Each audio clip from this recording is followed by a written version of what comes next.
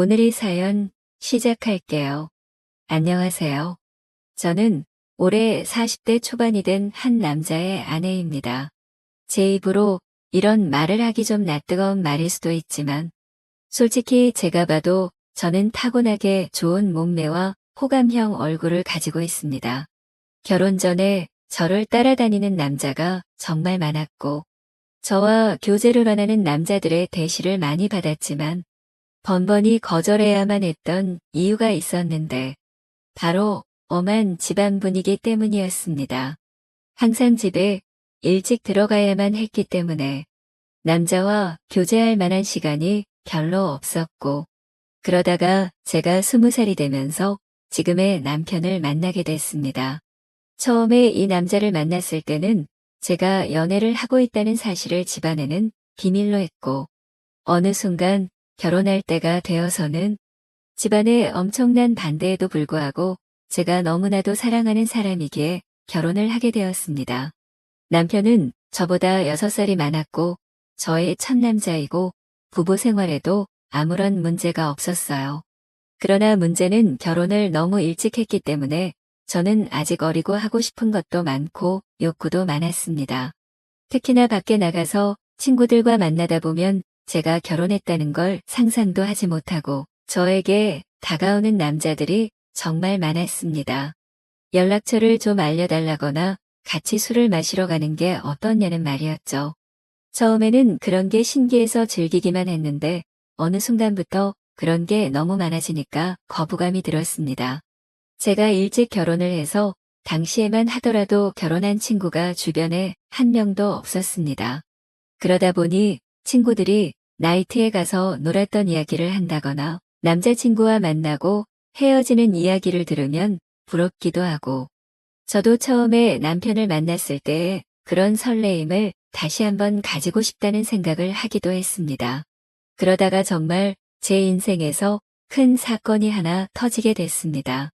3년간 남편만 보고 살았던 저에게 한 번의 외도로 인해 저의 인생이 180도 달라지게 됐습니다. 정말 의도적으로 바람을 피운 것은 아닙니다. 저는 실수라고 말하고 싶지만 어느 순간에는 저도 제 자신을 주체하지 못하고 있더라고요. 제가 20대 초반이었을 때 그때까지만 해도 저는 다른 남자를 만난다는 것은 범죄라고 생각했고 인간으로서 쓰레기 같은 행동이라고 생각했습니다. 그날도 여느 때와 다름없이 퇴근하는 남편을 위해 요리를 하고 있었어요. 현관문 열리는 소리에 남편을 맞이하러 달려나가는 울상을 짚고 들어와 한숨을 쉬는 남편에게 무슨 일이 있냐고 물어봤습니다.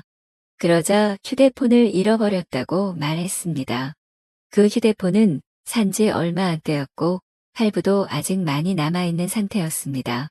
저는 아쉽지만 그냥 잊어버리라고 얼마나 정신없게 일했으면 휴대폰을 다 잃어버리냐고 남편의 엉덩이를 토닥거려주고 다시 하나 더 사면 된다고 위로했습니다. 그런데 문제는 그 다음 날에 남편 번호로 저에게 전화가 왔어요. 어제 가게에 방문한 손님이 휴대폰을 맡기고 술을 20만 원치나 먹었는데 계산도 안 하고 휴대폰을 찾아가지 않았다고 연락이 온 것이었죠.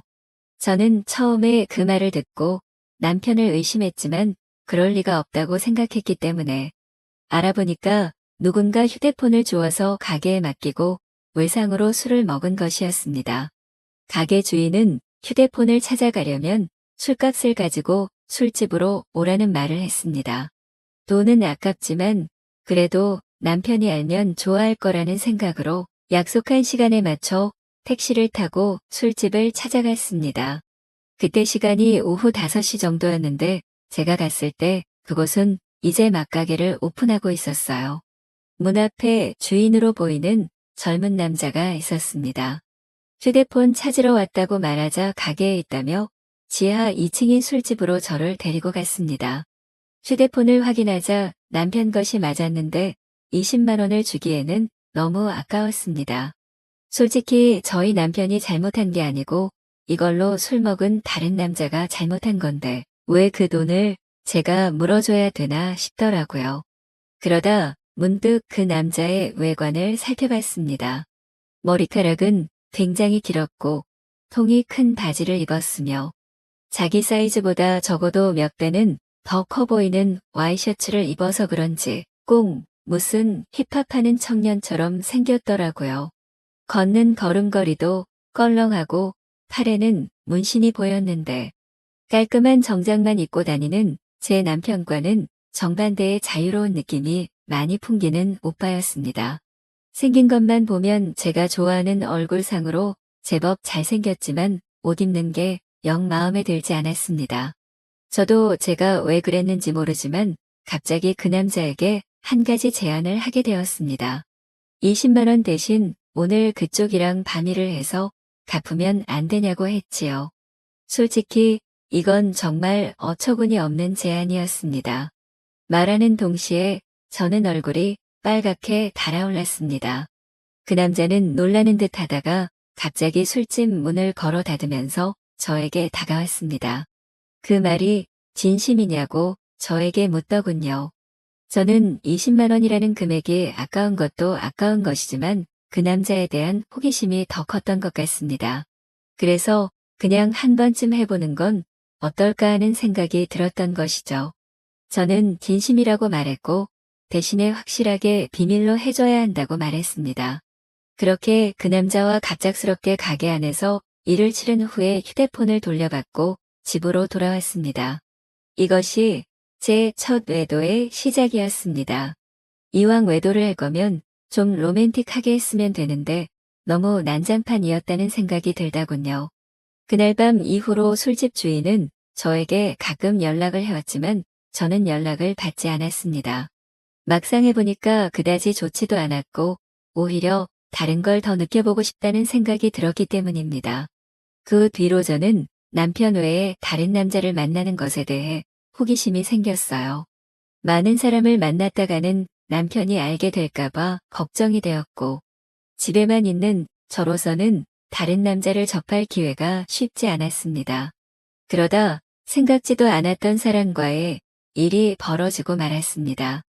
여름 방학이라고 대학생이었던 남편의 동생이 서울 구경을 하고 싶다며 저희 집에 놀러 오게 된 적이 있는데 워낙에 나이 차이도 얼마 안 나고 저도 대입시험을 본 지가 엊그제 같아서 이런저런 얘기하면서 친해졌습니다. 넉살이 좋은 도련님은 형수라고 하며 저를 잘 따랐습니다. 도련님 입장에서는 나이 차이가 얼마 안 나니까 제가 불편할 수도 있었는데 별로 개의치 않고 행동하는 걸 보고 좋다고 생각했습니다. 그러다 하루는 도련님이 놀러 나갔다가 비가 무척 내려서 집에 일찍 온 날이었습니다.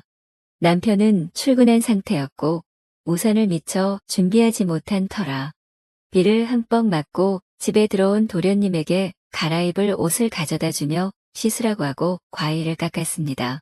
거실에서 단둘이 과일을 먹으면서 이런저런 이야기를 나누었고 그날따라 제가 눈을 마주치면 도련님은 어색한 듯 피했는데 그 묘한 느낌이 아직도 생각이 나네요. 그 어색한 기운을 깨고 싶어서 머리에서 생각한 대로 질문을 던졌어요. 도련님한테 애인 있냐고 물으니까 지금은 없다고 형수님 같은 예쁜 여자 있으면 소개해달라고 수줍게 말했습니다. 나 같은 여자가 있으면 결혼할 거냐고 묻자 한치의 고민도 없이 당연하다고 말하는 도련님을 보며 이상한 충동이 일어났습니다. 저는 그런 도련님의 손을 덥석 잡아버렸고 이렇게 하니까 설레냐고 물어봤는데 한참 정적이 흐르고 얼어있던 도련님은 마주 잡은 손에 슬쩍 깍지를 끼더라고요. 그렇게 저와 도련님 사이에 묘한 감정이 흐르기 시작했습니다. 그 일이 있고 나서 남편에게는 도련님 서울 구경시켜준다고 말하고 일주일 동안 대놓고 데이트를 했습니다. 그 나이 또래들처럼 설레는 연애를 다시 하는 것 같아서 며칠 동안은 정말 두근거리고 신났었습니다. 하지만 그것도 역시나 오래가지는 못하더라고요. 일주일 후에 터미널에서 도련님을 보내고 나니 그 뜨거웠던 마음이 순식간에 식어버렸습니다. 몸이 멀어지니까 자연스럽게 마음도 멀어지게 된 것이고 계속해서 저를 달래주지 않으니 저도 흥미를 잃게 됐습니다. 그렇게 여름이 지나고 날씨는 조금씩 선선해지기 시작했습니다. 심심한 마음에 남편 몰래 휴대폰 어플로 채팅이라는 것도 해봤지만 이렇다 할 만남을 가지지는 못했습니다. 제 주변 또래 친구들은 채팅하는 어플로 친구도 많이 사귀고 연애까지 하는 애가 있던데 이상하게 저는 별 볼 일 없는 남자들만 보이는 것 같았습니다. 그렇게 애매하게 시간을 보내다 보니 명절이 다가왔는데요. 저희 시댁은 춘천 쪽에 있었는데 연휴 전날부터 가서 신나게 명절 음식하고 설거지하고 집안에 하나밖에 없는 며느리라 몸이 부서지도록 일을 했어요. 언제까지 며느리가 이렇게 일해야 되는 거냐고 투덜거리기는 했지만 워낙에 나이 차이가 많이 나니까 대들지도 못하겠더라고요. 명절 다음 날 아침에 친정집에 가려고 준비를 하는데 시어머님이 점심을 먹고 가라고 하셨습니다. 또 내가 밥을 차려야 하나 싶어서 순간 짜증이 확 났지만 얼굴에 최대한 티를 안 내고 있었는데 남편이 너무 미적미적대는 거예요. 빨리 준비하고 출발해야 하는데 준비를 하는 둥 마는 둥 조금만 더 누워있다가 가면 안 되냐고 TV나 보고 앉아있고 정말 답답해 죽겠더라고요. 그래서 남편을 방으로 데리고 와서 밖에 들리지 않게 작은 소리로 말다툼을 했습니다. 우리 부모님도 나를 보고 싶어 한다고 빨리 준비 안 하면 혼자서 가겠다고 말하면서 감정이 안 좋은 채로 친정집으로 향했습니다. 남편은 친정에서도 기분이 안 좋은 티를 숨기지 못했고 저는 그럴 거면 그냥 먼저 가라고 말했습니다. 화가 난 남편은 저녁에 볼 일이 있다고 하며 먼저 집에 올라간다고 하고 올라와 버렸습니다. 무슨 일이냐는 친정엄마의 물음에 별거 아니라고 대답하고 방에 들어와 혼자서 분을 삭히고 있었습니다. 저렇게 마누라를 배려하지 못하는 남자인 줄 몰랐는데 정말 충격적이었습니다. 싸우느라 못 봤던 휴대폰을 열어 메시지를 확인해 봤더니 초등학교 동창 중 한 명에게서 연락이 와 있었습니다. 동창회를 하니 꼭 나와 달라는 문자였고 오늘은 술을 꼭 마셔야겠다는 생각에 서둘러 준비를 하고 초등학교 동창회에 나갔습니다. 자리에 나가니 이미 20명 정도가 모여 있었고 명절인데 다들 할 것도 없이 이렇게 나와서 놀고 있냐고 조상님도 없냐는 농담을 건넸습니다. 그러자 친구들은 요즘에 누가 조상님 챙기냐고 우리끼리 재미있게 잘 먹고 잘 살자면서 술이나 마시자고 하더라고요. 졸업하고도 연락을 하는 친구도 있었지만 졸업하고 나서 처음 보는 친구도 있었습니다. 그래도 초등학교 동창이라는 유대감이 있었기 때문에 편하게 대할 수 있었습니다. 그 중에 눈에 띄는 친구가 한 명 있었는데 초등학교 때 어린 눈에도 너무나도 도시아이처럼 깔끔했었던 제 짝꿍이었습니다.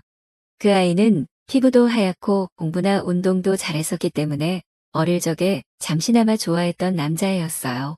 제 기억상으로는 그 아이도 예뻤던 저를 좋아했었고 동네도 가까워서 자주 어울렸었던 기억이 납니다. 문방구에서 같이 과자를 사 먹으면서 집에 같이 가기도 했었고 지금 생각하면 유치한 편지도 주고받았었는데 오랜만에 보니까 훨씬 더 반갑고 기분이 좋았습니다. 그 친구는 6학년 때 전학 가서 그 이후로는 처음 봤고 멀리서 봐도 어릴 적 그 모습이 상당히 많이 남아있어서 그때의 설레임이 새록새록 기억났습니다. 저는 그 친구 가까이 가서 어떻게 연락 한번 안 했냐고 하니 제가 결혼했다는 말을 듣고 난 뒤에는 연락할 수가 없었다고 하더군요. 그 친구와 계속해서 대화를 하면 할수록 저는 그에게 점점 빠져버리고 말았습니다. 그래서 제가 아마 결혼을 하지 않았다면 꼭 이런 남자와 연애를 했을 것 같다는 생각이 들 정도로 마음에 드는 친구였거든요. 이 친구랑 따로 나가서 술을 마시고 싶고 오늘 밤만이라도 짧게나마 설레는 감정을 느끼고 싶었지만 저는 결혼한 여자였고 그 아이가 저를 나쁜 여자로 볼까봐 신경이 쓰였어요. 술자리가 끝나갈 때쯤 애들은 하나 둘씩 빠져나가기 시작했습니다. 저 역시 집에 가야 할 때가 왔어요. 제가 인사를 하고 나오자 그 남자도 따라 나왔고 택시를 찾으러 같이 걷기 시작했습니다. 슬며시 제 손을 잡아오는 그 남자를 쳐다보니 저를 보며 웃고 있더라고요. 오늘은 완전히 끝나버린 줄 알았던 설레는 감정이 다시 살아나기 시작했고, 그렇게 손을 잡은 채로 저희는 한동안 말없이 걸었습니다. 그러다가 갑자기 제 손을 놓더니 제 허리를 감싸고 끌어당겼습니다. 우린 서로 끌어안다시피 해서 길을 걸었어요. 택시를 타면 금방 헤어질 것 같아 너무 아쉬워서 걸어서 집까지 갔습니다. 오랫동안 걷다가 도착한 저희 집 현관 앞에서 저를 물끄러미 쳐다보더니 제 볼에 뽀뽀를 하고는 부끄러운 듯 급하게 인사하며 뛰어갔습니다. 남편하고도 안 좋은 상황에서 그를 만난 건 정말 사막의 오아시스를 찾은 기분이었어요. 그 뒤로 저희는 종종 따로 만났고 제가 서울로 올라가서도 계속 연인으로 지냈습니다. 그러다 2년쯤 지났을 때 그 아이도 장가를 가게 되었고 그렇게 저희 둘의 만남은 끝이 나는 줄 알았습니다. 저도 중간중간에 다른 남자도 몇 번 만나봤고요. 하지만 정말 사랑이라 느낀 건 그 남자가 유일했던 것 같습니다. 우리는 결국 재회를 했고 40이 넘는 지금까지도 뜨겁게 사랑을 나누며 만나고 있습니다. 저의 두 번째 서방님이고 이제 더 이상의 다른 사랑은 원치 않고 두 남자만 바라보며 살아보려 합니다. 너무 어린 나이에 결혼을 한 게 문제였던 걸까요? 저도 가끔씩 제가 왜 이러는지 모르겠지만 도저히 빠져나올 수가 없습니다. 솔직히 말하면 왜 빠져나와야 하는지 잘 모르겠습니다. 이렇게 어리고 아름다운 나이에 기억에 남는 연애도 못 해보고 결혼해서 답답하게 살다가 죽을 바에는 이렇게 뜨겁게 사랑하는 게 더 남는 장사가 아니냐는 생각이 듭니다. 둘 중에 어떤 남자를 선택하고 싶지 않습니다. 나쁜 여자가 되기는 싫습니다. 그냥 이렇게 두 남자를 바라보면서 사는 것도 충분히 가능해서 이렇게 살아가려고 하는데 무슨 큰 문제라도 생길까요? 제 마음에는 방이 2개입니다. 오늘의 사연 여기까지입니다. 지금까지 읽어주신 모든 분들 감사합니다. 구독과 좋아요, 알림 설정 눌러주세요. 그럼 모두들 행복한 하루 보내세요.